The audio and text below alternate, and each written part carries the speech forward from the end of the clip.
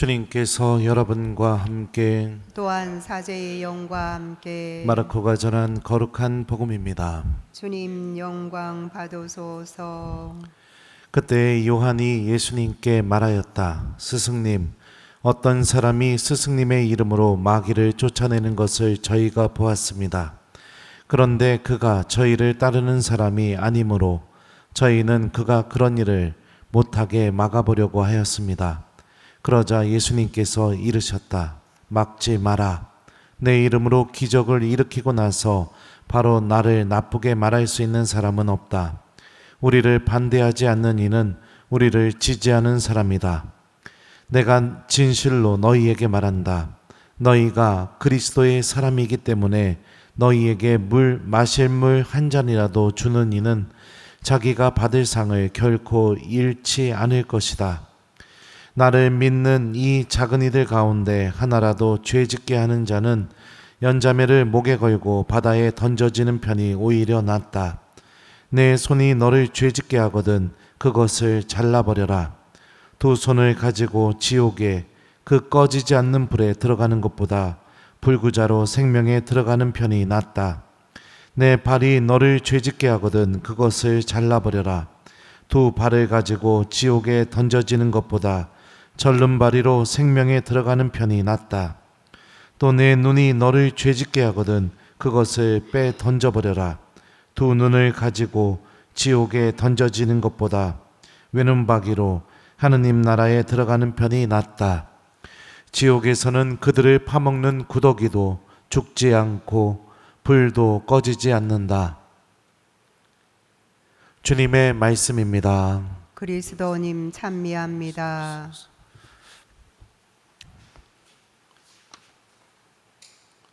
오소서 성령님, 새로나게 하소서. 막지 마라. 내 이름으로 기적을 일으키고 나서 바로 나를 나쁘게 말할 수 있는 사람은 없다. 안녕하세요. 안녕하세요. 예. 오늘 미카엘, 가브리엘, 라파엘 축일인데 축일 맞이하신 분들 축하드립니다. 그리고 주보 성인의 도움으로 하나님의 은총 안에서 계속해서 살아가는 신앙생활 되시기 바라요. 전 사제가 되고 나서 지금까지 새신부 때부터요 이렇게 끊임없이 받고 있는 유혹 중에 하나가 뭐냐면 교우들이 제 앞에서 다른 신부님 자랑하면 그게 불편합니다. 예. 어떤 신부님 잘생겼다, 어떤 신부님 노래 잘한다, 어떤 신부님 말씀 참 잘하신다, 어떤 신부님 참 사제로 살아가는 게 너무 존경스럽다, 이런 얘기하면은 마음이 막 불편해지기 시작해요. 이게 한번 새신부 때 그런 적이 있었는데, 제 동창 신부님들이 제가 처음으로 부임했던 본당에서 동창 모임을 하게 되었는데, 그때 주임 신부님이 제안을 하셨었어요. 동창 신부들 전부 다 이렇게 저녁에 교우들을 위해서 미사해주면 그날 저녁을 사주시겠다고. 그래가지고 저희 반대표한테 얘기했는데, 반대표가 회의에서 오케이 하는 바람에 동창 신부님들하고 제 첫 소임지에서 우리 본당 교우들 이렇게 다 오게 해서 미사를 한 적이 있었습니다. 그게 왜 대단하냐면 그 해에 서품 받은 모든 새신부가 다 모여서 드리는 미사거든요. 그리고 미사 후에 안수도 주고. 그때 강론을 제 동창 신부 중에 한 명이 했는데, 교우들이 그 한 달 내내 저를 볼 때마다 그 동창 신부님 참 재밌다고 막 강론 너무 좋았다고 계속 그 얘기를 해가지고, 제가 한 번은 미사 때 그런 적이 있었어요. 여러분들 남편이 집에 들어올 때마다 옆집 마누라 무진장 이쁘다고 계속 그 얘기하면 기분이 어떻습니까? 오늘도 얘기하고 내일도 얘기하고 모레도 얘기하고.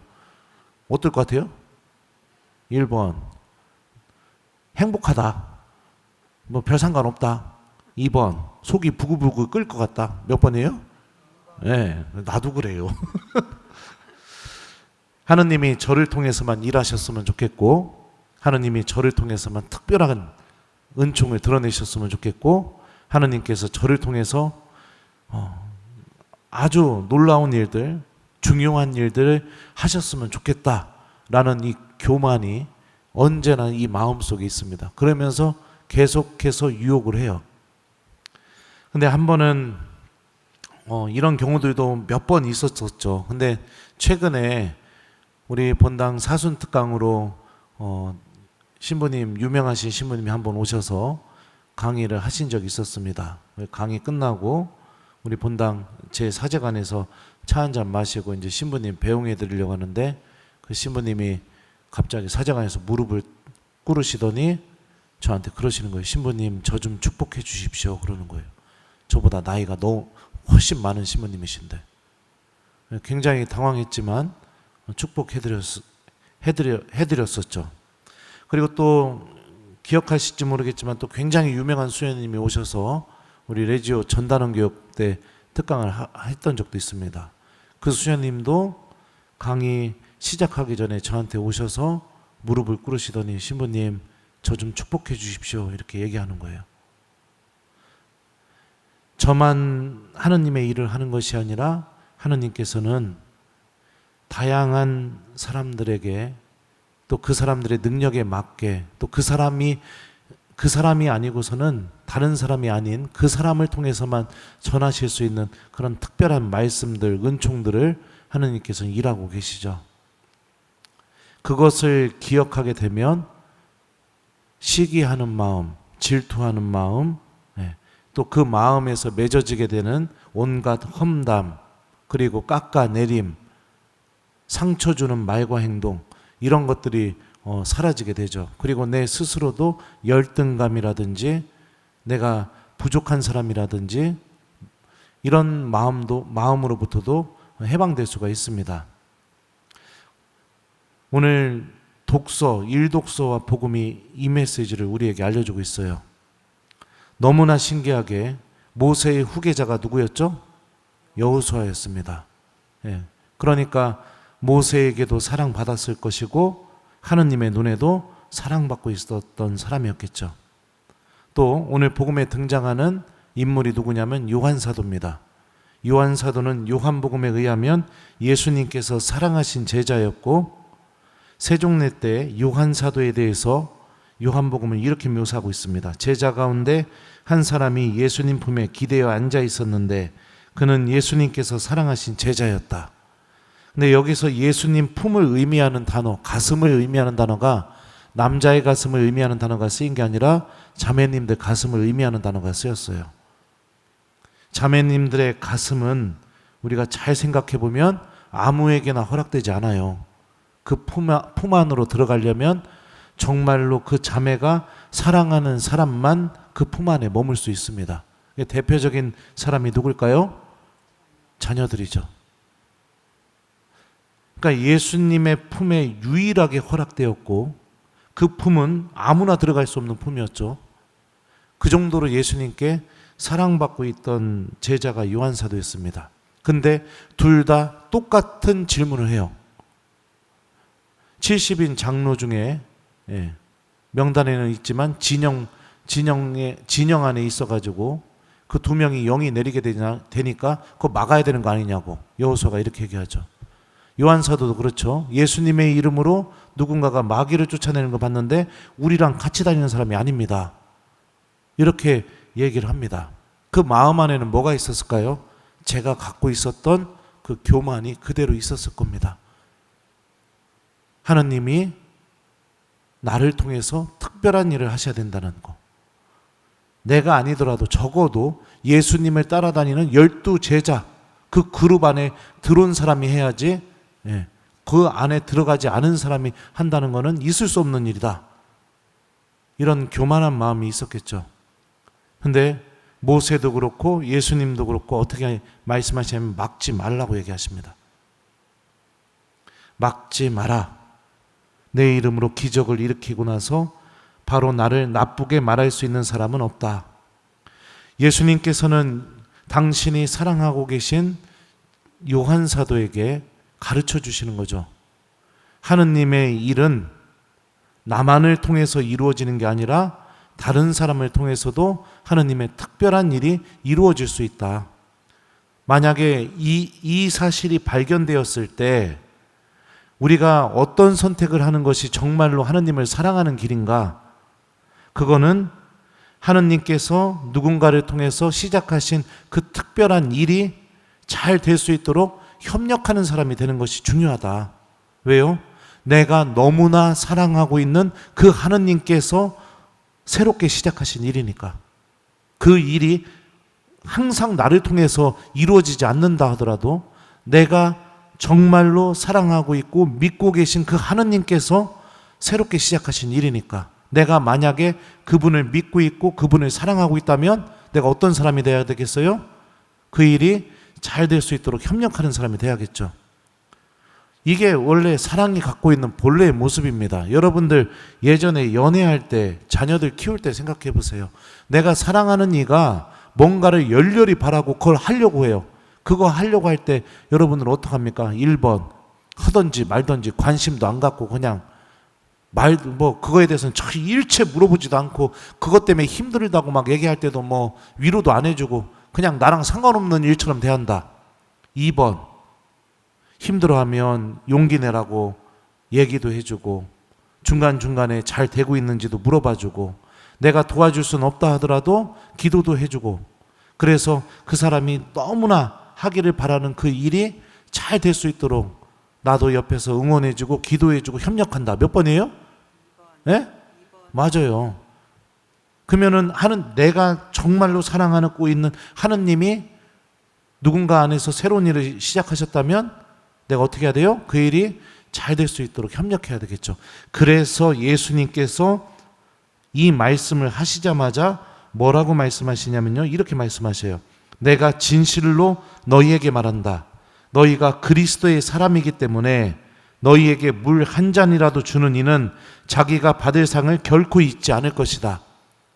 하느님의 일을 하고 있는 이들에게 물 한 잔이라도 내어준다면 하느님께서는 절대로 잊지 않고 그에 준하는 상을 보상해 주시겠다라고 말씀하고 계시죠. 우리 본당 안에는 수많은 봉사자들이 있습니다. 여러분들 그 봉사자들 어떻게 대하고 계십니까? 나랑 상관없어서, 관심조차 없어서, 그들이 땀을 뻘뻘 흘리던 말던, 애타게 도와달라고 전화를 하고 문자를 보내던 말던, 그냥 외면하고, 그리고 그들이 땀 뻘뻘 흘리면서 차려놓은 밥상에 밥만 먹고 숟가락 딱 놓고 그냥 가버리고, 혹시 그런 사람 아닙니까? 아니면 내가 사랑하고 있는 하느님께서 그 사람 안에서 이 새로운 일을 시작하셨다는 것을 내가 기억하면서 내가 그 일을 뛰어들어서 같이 뭐를 해줄 상황은 안 된다 하더라도 복음에 나오는 것처럼 물 한 잔이라도 내가 대접하려는 그런 마음은 갖고 있습니까? 그들의 얼굴은 기억하고 있습니까? 그들의 이름은 알고는 있나요? 만약에 주일 미사만 왔다 갔다 하고 내가 봉사자들에게 협력하는 삶을 살고 있지 않는다면 하느님을 믿고 있는 신앙인일 수는 있을지 모르겠지만 그분을 사랑하는 신앙인은 아니죠. 어떻게 사랑이 그런 반응을 보입니까? 가만히 있을 수가 없는데 저는 제 조카가 무슨 시험 본다는 얘기 재수 씨한테 듣기만 해도 그 조카 위해서 기도하고 중간중간에 조카한테 전화해서 야 공부 잘 되냐 이렇게 물어보고 나는 자동으로 그렇게 되는데 사랑은 원래 그렇게 사람을 움직이게 만드는데요.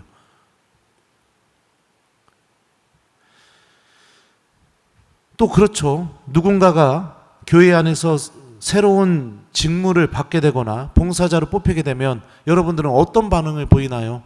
그 사람이 그 일을 잘 해낼 수 있도록 기도해 주고 있습니까? 아니면은 저 사람이 예전에 저랬던 사람이야 모여갖고 험담하고 어떻게 저 사람이 저런 직분을 맡아? 어떻게 저 사람이 회장이 돼? 어떻게 저 사람이 저런 일을 해? 끊임없이 입에서 험담이 나오고 비난하고 비판하고 혹시 그러고 있는 건 아닙니까? 만약에 그러고 있다면 사랑을 잃어버린 신앙인입니다. 가장 중요한 거죠. 하느님은 사랑이십니다. 요한 사도가 얘기했었잖아요. 요한 사도는 예수님이 가르쳐 주신 이 놀라운 가르침, 하느님은 나만을 통해서 일하는 것이 아니라 다른 사람들 안에서도 특별하고 새로운 일을 할 수 있다. 그 일이 드러나게 되었을 때 내가 막아서는 사람이 되지 말고 그 일이 잘 이루어질 수 있도록 협력해야 된다. 이게 하느님을 사랑하는 사람이다. 이거를 깊이 깨달았던 것 같아요. 왜냐하면 요한복음을 읽어보시면 예수님이 돌아가시고 난 뒤에 무덤에 묻히게 되죠. 마리아 막달레나가 예수님 시신이 없어진 것을 발견하고 제자들에게 와서 얘기를 합니다. 그러니까 베드로랑 요한 사도가 달리기를 해서 무덤에 가요. 근데 누가 먼저 무덤에 도착했을까요? 요한 사도가 먼저 도착했어요. 근데 들어가지 않고 베드로를 기다리고 있어요. 왜 그랬을까요? 또 7 제자가 물고기를 잡으러 갔을 때 부활하신 예수님이 나타나십니다.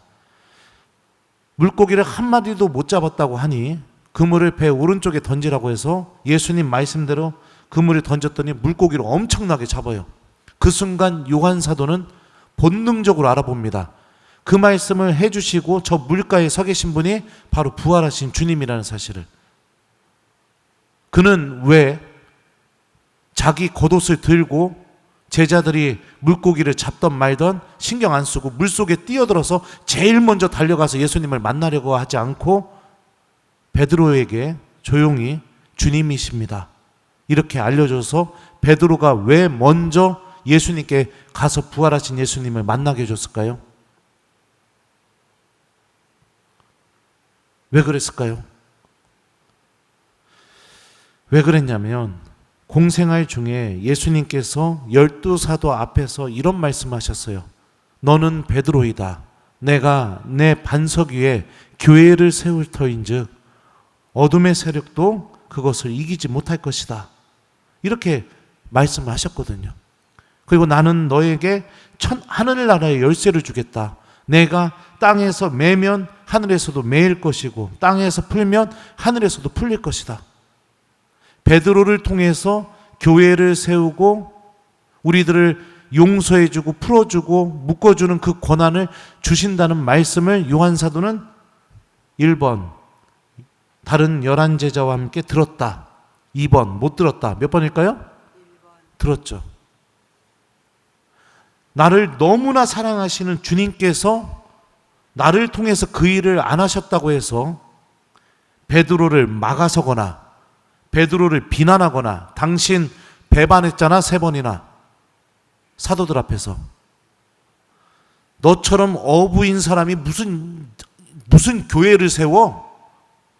이러거나 험담하거나 이게 아니라 나를 너무나 사랑하신 예수님께서 베드로 안에서 하시려는 그 놀라운 일이 잘 이루어질 수 있도록 협력하려는 마음을 가졌으니까 베드로가 먼저 무덤에 들어가게 했고 베드로가 먼저 부활하신 주님을 만나게 한 거죠. 왜요? 주님께서 부활하셨다는 고백이 베드로를 통해서 제일 먼저 터져나오게 해주고 싶어서. 이게 하느님을 정말로 사랑하는 신앙인이 갖고 있는 모습입니다. 나는 봉사 안 하니까 여러분과 상관없나요? 이 본당 공동체는 누구의 본당입니까? 천안 원성동 교우들이 모인 공동체입니다. 그죠? 누군가는 하겠지 이러고 넘어가는 게 여러분들 아무 상관이 없나요? 그게 정말 하나님에 대한 사랑에서 나오는 행동인가요? 아니면 누군가가 봉사자가 새로 뽑히게 되면 험담하고 끄집어내고 깎아내리고 그러는 게 정말 사랑에서 나오는 행동일까요? 절대 아니라는 거죠. 물 한 잔만이라도 주려는 마음을 갖고 그 일이 잘 될 수 있도록 협력하는 마음, 이게 정말로 하느님을 사랑하고 있는 사람이 믿음 안에서 맺어내는 열매라는 거죠. 오늘 복음 후반부도 또 우리에게 아주 중요한 메시지를 주고 있어요. 그게 무엇이냐? 예수님이 죄짓게 하는 손, 발, 눈 다 잘라버리라고 그렇게 말씀하십니다. 왜요? 그거 갖고서 지옥에 가는 것보다 차라리 그거 잘라내고 하느님 나라 들어가는 게 훨씬 낫다고 그렇게 말씀하시죠. 이 말씀대로 그대로 실천하려고 했다면 저는 두 손, 두 발, 제 눈 두 개, 혓바닥 뭐 다 잘라내야 됩니다. 실제로 자르라는 말이 아니죠. 그럼 어떤 것을 말씀하실까요? 죄와 타협하지 말라는 얘기죠. 단호하게 내 안에서 죄가 될 수 있는 원인, 아니면 죄를 지을 수 있는 그런 기회, 이런 것들을 단호하게 내 마음속에서 잘라내 버리라는 거죠. 그리고 만약 내가 죄를 졌다 하면은 진짜 그 죄를 지은 것을 도려내는 마음으로, 그런 마음으로 우리가 삶을 살아라는 거죠. 하나님을 사랑하고 있다면요, 죄와 타협하고 묵혀두고 넘어가고 그러다 보면 어떤 일이 벌어지게 되느냐? 죄 짓는 삶에 아주 익숙해지게 됩니다. 그리고 나의 삶 안에서 고해 성사가 사라지기 시작하게 돼요. 내 안에 있는 그 죄 덩어리를 도려내는 게 싫어지기 시작하는 거예요. 이게 어찌 하느님을 사랑하는 마음에서 나오는 행동이겠습니까? 고해 성사를 사랑하는 삶, 이 삶은 하느님을 정말로 사랑하는 믿음 안에서 나오는 아주 자연스러운 열매죠. 내 믿음은 어떻습니까? 고해 성사가 여러분들에게는 어떻나요? 이것도 한번 성찰해 봤으면 좋겠어요. 오늘 말씀은 전반적으로 내가 하느님을 사랑하고 있는 사람인가, 이거에 대한 질문을 던지고 있는 것 같아요. 또 오늘 이 독서를 보면 부자들에 대해서 야고보서가 비난을 합니다. 자, 이제 부자들이여, 그대들에게 닥쳐오는 재난을 생각하며 소리 높여 우십시오. 부자들이 왜 재난에 빠질 수밖에 없는가? 그들이 왜 불행한 사람인가? 야고보 사도가 이렇게 얘기해요. 보십시오. 그대들의 밭에서 곡식을 벤 일꾼들에게 주지 않고 가로챈 품삯이 소리를 지르고 있습니다. 돈으로 죄를 저지르고 있으니까. 모아두고 쌓아두어야 되니까 용서할 줄 아는 마음도 잃어버리게 되고, 하느님과 함께하는 시간도 나에게는 거추장스럽고 별로 의미 없는 시간으로 다가가게 만들어지고, 기도하는 삶도 사라지게 되고, 미사에 오는 발걸음도 돈 벌어야 되니까, 그 돈 쌓아놓아야 되니까, 그러니까 멈추게 만들고, 그러면서 벌은 그 돈을 바라보면서 기뻐하고, 하느님이 내 안에서 떨어져 나간 것을 생각할 줄은 전혀 모르고 그 돈만 바라보면서 하느님 없어도 행복한 그런 마음으로 살아가게 되니까 어찌 그 안에 하느님을 사랑하는 마음이 있겠습니까? 돈 앞에서 보통 사람은 자신의 진심이 드러나게 되어 있습니다. 진심이 드러나게 되어 있어요. 친하게 지내다가도 야, 오늘 밤 네가 사라면은 넉넉하고 베풀 줄 아는 마음을 갖고 있다면 그래, 내가 사줄게, 이렇게 하죠. 근데 그런 마음이 없다면 식사 딱 끝날 때쯤에 야, 네가 사라, 이 말 나오기 전에 어떻게 할까요? 내가 계산했어. n분의 1로 나누면 1인당 얼마씩 보내면 돼. 그러지 않나요? 힘들고 어려울 때 도와줄 줄 알았는데 막상 돈 좀 빌려달라고 하니 이 사람이 등을 싹 돌리는 모습도 여러분들 삶의 경험을 통해서 봤을 겁니다. 사람은 돈 앞에서 본인의 진실한 모습이 나오게 되어 있습니다. 근데 그 진실한 모습이 모아두고 쌓아두고 하느님 버리고 내 영혼이 어둠으로 걸어나가도 상관없다고 하는 게 그게 내 진심이라면 어떻게 되겠습니까? 예수님을 만난 zakhe오는 예수님을 만나기 전까지 돈으로 죄를 저질렀던 사람입니다. 근데 주님을 만나고 나서 돈 앞에서 그 사람의 진심이 바뀌게 됩니다. 모아두고 쌓아두고 돈으로 죄를 저질렀던 진심이 어떻게 바뀌었냐? 제가 읽어드릴게요. 보십시오, 주님, 제 재산의 반을 가난한 이들에게 주겠습니다. 그리고 제가 다른 사람 것을 횡령하였다면 내 곱절로 갚겠습니다. 진심이 바뀌었죠. 뭘로 바뀌었을까요? 구원을 얻고 싶은 마음, 구원을 갈망하는 마음, 하느님 안에 머물고 싶은 마음, 돈 앞에서요. 진심이 완전히 바뀌게 됐죠. 이게 여러분들 하느님에 대한 사랑이 그 사람의 믿음 안에서 일으키는 힘들이죠. 어떤 관계든지 사랑을 잃어버리게 되면 그 관계는 세상에서 가장 불행한 관계가 됩니다. 부부 관계도 마찬가지고 부모와 자식 관계도 마찬가지고 본당 사제와 교우들의 관계도 마찬가지고 친구들의 관계도 마찬가지입니다. 사랑하는 마음을 잃어버리게 되면 그 관계는 세상에서 가장 불행하고 가장 형식적이고 함께 있어도 가장 고독하고 외롭고 공허하고 그런 관계가 됩니다. 사랑을 잃어버리는 신앙인이 되지 마십시오. 본당에서 봉사자들을 위해서 기도해 주시고 그들을 통해서 드러나는 하느님의 일을 나도 바라보면서 협력하는 사람이 되었으면 좋겠습니다. 죄와 타협하지 말고 고해성사를 사랑하는 신앙인이 되십시오. 돈 때문에 하느님까지 외면하고 버리는 그런 불행한 신앙인이 되지 마십시오. 우리의 주님은 돈이 아니라 하느님입니다. 다시 말하면 우리들을 움직일 수 있는 유일한 분은 하느님 한 분밖에 없습니다. 돈이 나를 움직이게 만드는 게 아니라요.